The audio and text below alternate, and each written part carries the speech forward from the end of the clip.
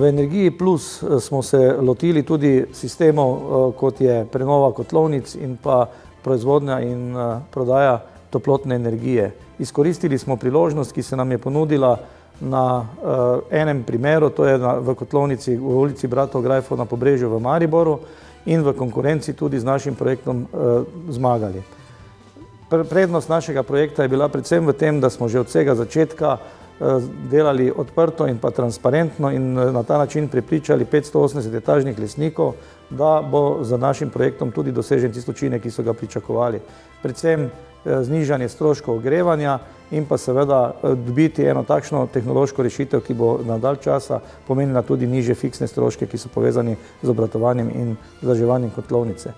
Stara kotlovnica, ki je bila zgrajena v 70. letih, je imela moč 5,9 MW, nova, glede na to, da se tudi stanovanjske enote obnavljajo, pa ima moč 3,5 MW.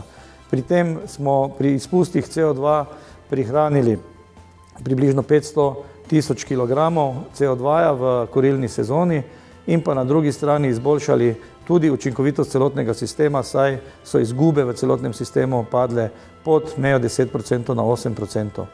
Verjamem, da so v tem času, ko so sredstva za tovrstne projekte omejena, so takšni pristopi pravilni in mislim, da bodo največ prispevali k temu, da dosežemo okoljske cilje, ki smo si jih zastavili.